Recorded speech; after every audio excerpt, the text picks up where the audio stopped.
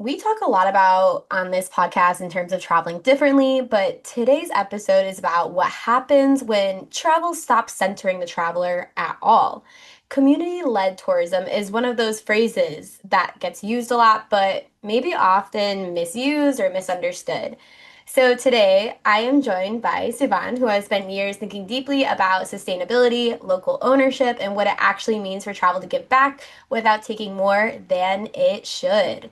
Sivan is the creator behind Sivan Travels Green, where she provides insights into sustainable, culturally respectful travel in an educational but accessible way. Her work highlights community led and positive impact initiatives, local perspectives, and simple ways in which travelers can make mindful and responsible choices on their travels. Sivan, welcome. Thank you so much for joining me today. Oh no, thank you for inviting me. I'm happy to be here. It's a topic I'm really excited to talk about and something I'm passionate about. Yeah, and I've been following your content. I love what you're putting out there and how you're really giving spotlight to this initiative and helping us understand more what this really means. So I'm Thank excited you. to talk about this whole topic with you today. Me too. Thank you. So, to set some expectations for today's episode for our listeners, this is not a checklist episode. So, if you're here for that, sorry, but not sorry. You're going to learn something different. This is going to be more about mindset, relationships, and long term impact, as well as travel as participation and not consumption. So, let's start at the beginning before the buzzwords start coming into play. Sivan, what first sparked your interest in sustainable or community-led travel? Was it a certain trip, moment, or realization? So I was trying to think back to one particular moment or trip, and I guess one that came to mind was so basically back in 2019, unfortunately I had a really bad accident, and so I had to have this really serious operation on my back, and so I had to cancel this trip of a lifetime to Peru, and then about 3 months later I was like, okay, now I have to, after I'd recovered, I was like, okay, I have to go on this trip somewhere, and I wanted to do it alone because at that time my friend who was meant to join me in Peru couldn't join me. So basically, I went to Vietnam, Thailand, and Cambodia with a company called G Adventures. Oh, And I don't know awesome. if people, yeah, I don't know if people are familiar with them, but they're a Canadian. Tour operator, and basically a lot of their well, actually all of their tours involve some form of positive impact experience. So I went on this trip, and in every country we did we worked with some sort of social enterprise, like we would stay at homestays or learn more about the culture. And I think that trip just really made me realize how much I not just enjoyed it as well, but how you could see that our trip, I guess, was also benefiting the local community rather than just going somewhere for the pretty pictures, which I think everyone, I honestly, I used to be like that as well. My Instagram was full of just me in front of these really Instagrammable places. So I think that trip really started things off for me. So yeah, that was what, 2019, so six-ish years ago. And yeah, it's kind of progressed from there. Wow. It's so funny because actually similar story G Adventures was my introduction to it as All well. right. Yeah, I forgot I was in Turquia maybe, and they had this initiative where it was teaching women how to kind of be an entrepreneur and create their own goods and just how to run a business. And that's where I first got exposed to this concept as well. So, so funny. It's all started with G And Adventures. no, they're great. And they work with it's something called Planetera, which I was gonna recommend anyway, because it's a great way. Planetera is basically they help fund community run initiatives around the world, and that's who G Adventures work with. So if you ever need inspiration, it's always worth checking out Planetera or G Adventures because they have loads of great initiatives on there. Yeah, it's a really good shout out. I totally forgot about that organization. I'm gonna have to go back and check it out myself and see what they've been doing recently since I've been with G Adventures. But talking a little bit more in terms of charity, because sometimes when people hear travel that gives back, they think it's only in this cookie cutter way of charity giving. So then what does it actually mean to you? Yeah. So I think giving to charity is obviously great, but I think it also depends on the intent behind it, because I feel like sometimes it can be kind of white saviorism a bit Yeah. as well. So to me, giving back, I guess you can, it's not just by giving money, it's also taking part and participating. So it can be even just as small as, for example, when you go on holiday and you think about staying with a locally owned accommodation rather than some foreign owned chain hotel. It can be, for example, one thing that I've started doing a lot more recently is looking at social enterprises, for example. So there's like different cafes, restaurants that just simply by eating there or choosing to visit this place, these are types of cafes or restaurants that then either give back to the local community by training them, giving them new skill sets, things like that. Another way, for example, that I like to do is whenever I travel, I try to find like some sort of community cleanup event. So, like doing a beach clean. I mean, that's really going maybe more in depth, but basically to me, it's just being very intentional about the way that we travel and to try and make sure that us being there is of benefit or at least not harming the local community or the ecosystems that we're visiting. So, yeah, giving back is more about, to me, is about the intention and our mindfulness and of the places that we go and visit. Yeah, I really like that focus on intention and mindfulness, but especially going back to the point of really kind of being more local centric or focused and Mhm. this idea of giving more spotlight to local voices. I know that's something that I've been passionate about and why I kind of started Cultural Travel is because, as you said, going the extra step to maybe look into those community run houses or homestays or experiences that help you interact with the local people rather than this cookie cutter kind of isolated Yes. bubble that the tourism industry kind of tends to create, whether that's intentionally or unintentionally. So this helps you really go into the community that Yes, you're in. exactly. Yeah. So going more into this idea, because we referenced maybe what giving back is in the environmental side with charity, but then this is not really touching on ecotourism, or is it? No, so ecotourism, well, I think the thing with sustainable travel is, and I think this is where I was wrong, not wrong, like mistaken in the beginning was that I always thought sustainable travel was just about the environment. And so ecotourism specifically would be like maybe a hotel that uses solar panels or reusable energy, but then that doesn't necessarily mean that it's locally owned or that the money is going back to the local community. So that's not community led. Community led tourism is basically different, especially to different to like mass tourism or typical tourism, where basically everything is revolved around the visitor and about convenience and ease. Instead, community-led is something that is not only means that the money is going back to the local community, but it's also them themselves that lead and manage these experiences. So it's up to them to choose what their priorities are rather than trying to like meet the travelers or tourist expectations. It's just all about them running it. So giving the power to them rather than having some foreign company coming in and using them as a commodity. So we're doing like some performative experience. It's them that decide how it's run, where the money goes. So yeah, that's kind of the main difference. Yeah, that's a really good clarification because I myself am learning as well. So that's why I was excited to chat with you because I feel sometimes people just throw these words out there just to say them and not really understanding the intention or the impact that these words have to Mhm. them with their usage. So maybe taking a step further into that, then how do you tell when a place is actively, truly community led and not just using the label or ethically branded or greenwashed? Like what do you look for and how do you navigate that?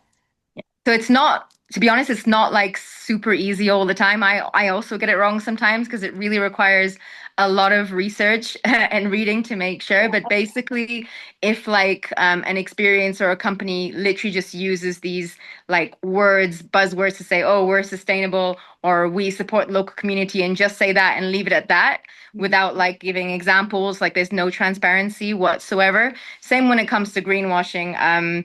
For example, I like to look at hotels if they're saying that they're sustainable. I like to see that they have a sustainability report or to show specific examples of what they're doing. And to be honest, I prefer supporting a hotel or a tour operator that admits that they're not perfect. It's to me, it's all about being transparent.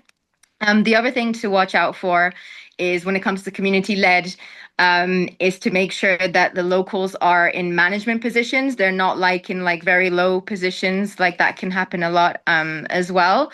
Usually, community led experiences are small, so it's all about quality over quantity, and it's not like some big, well-oiled machine like some fancy dance show that you go to. It's also worth checking to make sure that it's not all centered about the visitor, that it's more centered about the people running it. Um, and when in doubt, like you should just check the website, see what it says. If it doesn't say, if it's not clear on the website, you can check reviews, because usually reviews will mention, oh, local family or whatever, locally owned. Or if in doubt, you can always contact them yourselves, like in a polite way, just to say, hi, I'm just wondering who leads this, where does the money go to? Like just in a nice way. You don't have to be like interrogating them or anything. So Yeah. yeah, there's a few things to look out for, but obviously it's not always 100% clear cut either. I've also gotten it wrong. No one is perfect. I'm not perfect by any means either. Um, yeah, it's just when you get to the place as well and when you read about it, sometimes, when things feel off, like it can feel like performative, then I also start to feel uneasy. And I think you should really follow that gut feeling as well if all else fails. Yeah, I this is like reminding me of a time because I know there's some instances where it just happens to be maybe why how the culture is there and how they operate within the tourism sector. Because I know, for example, my time in Egypt, I was with a local guide and I did vet them and I went with them and it seemed all good, but then they would say, "Oh, don't buy the souvenirs here. I know someone and it's government approved." So Mm-mm. then you go and you realize it's kind of all part of this scheme for hustling you Yes, yeah. under this label of government approved, authentic. So you know you're getting high quality, but reality is just the same thing, just under this other label. Exactly. I think all we can do is try our best at the end of the day is to go in with good intentions, as we were saying in the beginning. And if Right. at the end of the day you realize, oh, it wasn't what I thought it was, then I mean, you learn from that and you're like, maybe you can leave a review so that other people will know if they're thinking of booking. I think that's like the best that we can do. Yeah, that's really good, especially with going by word of mouth when it comes to Mm, echoing and sharing local experiences. I feel a lot of people sometimes feel that they need to go to the bigger brands because they have that yes. bigger safety net, just because there's Exactly. Being in credibility. their comfort zone and feeling like their money is Yeah, going to something that they trust. Yes. But I think exactly. also asking local people is a great way as well. Like a lot of locals obviously will know these great local initiatives. So I think it's always worth asking locals as well. If you can't, if, for example, your research, you're not sure, I think it's always worth reaching out to someone who's local too. Yeah, yeah, for sure. I know that's something that myself I've been trying to improve on as a traveler as well as making the extra effort to just go beyond the travel influencer Yeah, recommended guides and actually do the research exactly. and try to connect with someone there. And I can tell our listeners from my own experience, it is a little bit extra work, but then at the end, you're getting a better experience and it's actually leaving a good impact and you're not contributing to this bigger company that's just taking money away from the local community. Mhm. Awesome. Well, going more into your experience, right? Because you've been doing this for a while. Can you Mhm. describe a moment where you saw community-led tourism make a real difference for locals? So it's really hard for me to pick just one. I mean, I've been very privileged and lucky to have like traveled a lot in my life, and I'm actively searching out community-led initiatives. But for example, in Nepal, they have a really great network called the Community Homestay Network. So Mm, when I went to Nepal, and again, this was a G Adventures or Intrepid, I can't remember which one, but one of those trips as well. And we went to a homestay called the Kirtipur Community Homestay, where we made momos, which are basically these dumplings that are traditional in Nepal. And it's a homestay, but also like a workshop making these momos run by the local women. And basically, even before you start this. The workshop, they like give you like a presentation just to show you how many women it has helped, and you speak to the women to see how much it's changed their lives. Because basically, what these kind of homestays, what they do is that they give local women an opportunity to be able to make money themselves, not just to help. Like for example, a lot of it is like single moms who are running this place. It gives them new skills, literacy, independence. So basically, just while you're there, it's not like it's like a great experience because you're getting to speak to these women while you're also having fun learning like a new skill to making these momos, but just like speaking to the women and seeing how much it's impacted them. And mm. also when you see the stats, you can see like how many women it's helped. I think that's really, Oh, that's nice. yeah, really nice to see. But I mean, Wow. that was one example, but there's like so many that I could name. But yeah, that's probably one that stands out. And with this kind of experience, because it is something that is run for multiple tour groups, right? Mhm. Do you still feel that there's authenticity behind what they're doing and the preservation of what they're doing, or do you feel I it's mean, starting to go performative in a way? in this sense, I wouldn't say it's performative, especially because it's very small groups, and they also limited the amount of people that come there as well. And it's not like a show. Like I don't know how to. It's basically you're just taking part in a workshop to learn how to make a traditional dish. So I didn't find it performative. In yeah, this particular one, not at all. I mean, I've been to some where later on maybe they felt that way, but this was kind of like genuine and natural. They were just like showing us how they make it and then helping us make it as well. So yeah, to me it felt genuine. Yeah, I feel like sometimes it can be a fine line because Oh, then for when it sure. starts to gain traction, more people want to go. So then how do you maintain the authenticity behind this intimate gathering? It's definitely a fine line. Yeah, and I think sometimes it's hard to know beforehand until you're there. Like I said, it's if you like feel uncomfortable or feel like it's being put on for you, then you can kind of notice it. But sometimes it's even really hard to, yeah, to pinpoint. Yeah, I think one of my personal telltales is when I'm going to an experience or destination and I see the locals there as well, and it's not just a bunch of foreigners, which I don't know if Yes. this is like a, a Yeah, good way that's a to good one measure for sure. it, but that's how I do that. No, I agree. And I think if it's like something run like a small thing that's not like I said, not like some huge performance or I think that's also one way of kind of telling that if it's like being forced or not. Yeah, yeah, if it's still good intention behind it and it still feels real in the end of the day. Yeah.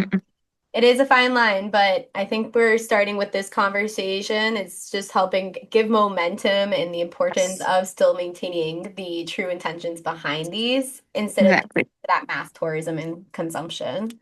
Mhm. Now, transitioning a little bit because something that I am passionate about with this podcast and with cultural travel is really how this type of travel transforms you as an Mhm. individual and even as a traveler. So, what has community-led travel taught you about yourself? So I think to begin with, when I started traveling, like again, this is my holiday, and this is the same for everyone. You go on holiday, you've like waited all year for it, you've saved so much money, you want to go and have like a great time, make sure you're comfortable. But to me, I guess it's changed me in the sense that rather than me trying to always center myself, like I go into places asking myself questions like, for example, is me being there going to be more of a benefit than having some negative impact on the place that I'm going to visit. Like, let's say, this is just an example. Let's say I want to go to Barcelona in the summer. I'm like, then I think to myself, oh, is it actually going to help the people or the place that I'm going to by visiting in peak season when it's already suffering from over tourism? And then it's like you have like a switch in your head with saying, oh, maybe I should go either to another place or to go in the off season, for example. So to me, it's changed me in the way that I have started asking a lot more questions and being a lot more intentional about the places that I choose to visit and the things that I try to do. But also, beforehand, I used to also be really into checklist tourism, like wanting to see it all, doing it all, taking the photo that everyone's taken. Whereas now I'm much more into like slow travel and trying to really learn more from the place that I'm going to. And if you slow travel, like you spend more time at a certain place, obviously you have more money going into the local economy. So I think it's kind of like changed my mindset completely, in the sense of it's not just me. Obviously, I choose places that I think I'm also going to enjoy and Of learn course. about. But yeah, I think a lot about whether I should really be going to these places, where I should go to, when I should go. I do a lot of research. I love doing research personally, but I know it's not for everyone. But to me, that's like part of the joy of the trip. So yeah, it's all about intention, I think, and just being more mindful and asking these types of questions. That's really how I guess it's changed the way that I've traveled over the years. Yeah, I think we all started with those checklist travels. Yeah, I I think, mean, it's yeah. so like it's like mainstream, like it's what everyone does. So I guess it's kind of yeah. I Yeah. get it. Yeah, we all have that as a starting point. I think the important part then is how you grow as a traveler. If you just stay stuck with those checklists and that FOMO that social media creates from that travel checklist style, Yes. or giving into the unknown a little bit and experiencing the slow travel with it and accepting you're not going to hit all the major tourist sites and being okay with that feeling, because I know that can Yes. give discomfort to some people, and that social media says then if we didn't see, you go to India, you didn't go to the Taj Mahal, did you go to India? It Exactly. doesn't have to be like that. Exactly. I mean, I went to Nepal and I didn't see Mount Everest. So, I There mean, you I do go. things, but it's to me, it was like a natural decision, but obviously not to everyone, which is why I think, and as you said, social media creates all this FOMO. So that's why I think it's so important as content creators, like myself. I think it's important to share community-based events, trying to Yeah, make sure that it's not just your voice, but the locals' voice that you're centering, to just show people that there is a different way of traveling, not just the way that social media is like trying to sell you all the time. yes, for sure. And that's actually a perfect segue into my next question in terms of content creation, because it is part of your job and you still have to find the balance between doing the content creation and then living and being authentic with everything. So, how has this community-led travel changed the way that you tell stories or maybe create your content? So, to be honest, my content has changed like a lot over the years, and I still don't think it's perfect. I'm still changing it because every time after every trip, I learn new things or I learn new ways that I want to, of things I want to say. So basically, my content now is more about storytelling, I guess, which is something that I really enjoy. But also, I try to always make sure I do my research and make sure that I ask the local people that I'm either working with, for example, if it's a local tour operator or if it's a community run experience, I make sure to ask them, like, what do they want me to highlight in my videos rather than just me choosing what I want to show people.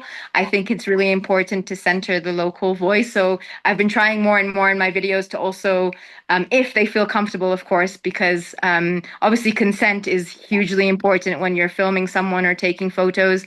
We shouldn't just use people as commodities or photo ops. You have to ask for Yeah. consent. So if they are open to it, and actually most of the time they are, like I would film them like talking about their initiative, their company, and so I tried to at least include small snippets of that in my content. I tried to have like a really long caption. I'm really big on the caption to make sure that if there's anything I missed in a short video, that it's captured in the caption as well. And to me, it's all about context. I think that's really important as well.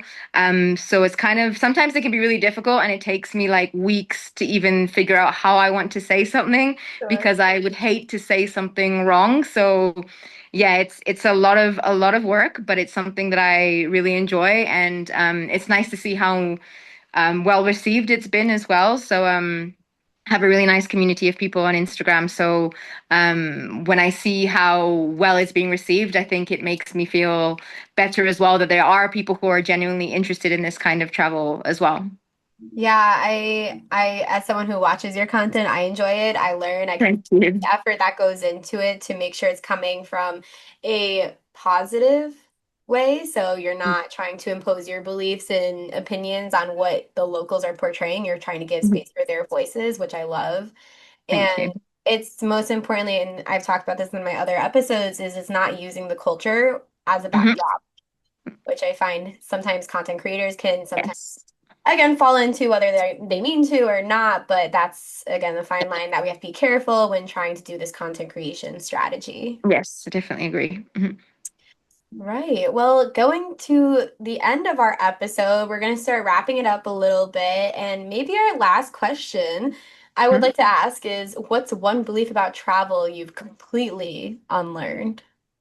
So I guess I kind of touched on it earlier. To me, it's really about moving away from checklist tourism, not just, but also like country counting. Like I really used to be like, "Ooh, I've been to like, 60 countries," and like adding it to a list and as if it's like some sort of achievement, which is very like colonial in terms of mindset as well. And so that's kind of something I've completely shifted away from, trying to travel more intentionally, slowly, again, not trying to see everything, hit every spot. And that really took a long time for me to get to, because it's really hard to like think, oh, I'm just gonna miss this. But then you just realize, oh, but if I stay here a few more days, I will be able to learn so much more and interact so much more with the local people. So yeah, it's all about slowing down, being more intentional and mindful, moving away from mass checklist tourism that centers the visitor or ourselves. I think that's probably the main thing. Yeah, I love that. It's one of the biggest things I also had to learn was that we are not the center of the world when it comes to travel. Exactly. You are just going into their day to day. Don't expect like all the special attention to be the number. Exactly. We're visitors in someone else's home. So we should like enter with respect and how we'd want other people to enter our home or our, our own country as well. Yeah, exactly. Wow. This is great. Is there any final words, advice, tips, tricks that you would like to add before we close out this episode? Sure. So I think I want to say that when it comes to sustainable travel, that it's not about being perfect. Like I'm not perfect, no one is. And so I think it's just about like you can't do everything perfectly or well. It's just about choosing small changes or doing small things that are feasible to you. Whether it's, for example, skipping a flight, taking a train, whether it's instead of doing like going to an all-inclusive resort, thinking, oh, maybe I can stay in this locally owned hotel or guest house instead. Maybe I can get a local guide rather than just like going somewhere and not learning about it at all. I mean, just really small steps and just making sure that we ask ourselves questions before, even before booking.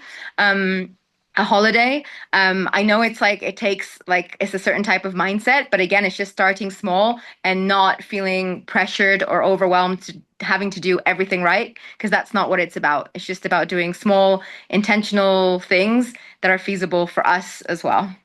Yeah, yeah, that was a perfect way to end it on. You really just summed it up together. And I think I learned a lot. I hope our listeners learned a lot and feel a little bit more inspired to take the time to really understand that this community-led tourism is more about moving through the world with humility, with patience and respect, and accepting that the most responsible thing you might do is just to simply listen and just the power of doing the research before you arrive. It's going to leave. So I want Exactly. to I want to invite our listeners that if this episode challenged the way you think about travel, to continue the conversation with you, Sivan, on Instagram at Sivan Travels Green, or with us on Cultura Travel and Put the Guidebook Down, because the goal at the end of the day isn't perfect travel that we find on social media. It's more conscious travel. So thank you so Exactly. much, everyone, for listening. And thank you, Sivan, for sharing your expertise and experience with us. Thank you so much for inviting me. It was really something I really enjoy talking about, so I really appreciate it. Thank you. Awesome. Thank you, everyone. Bye.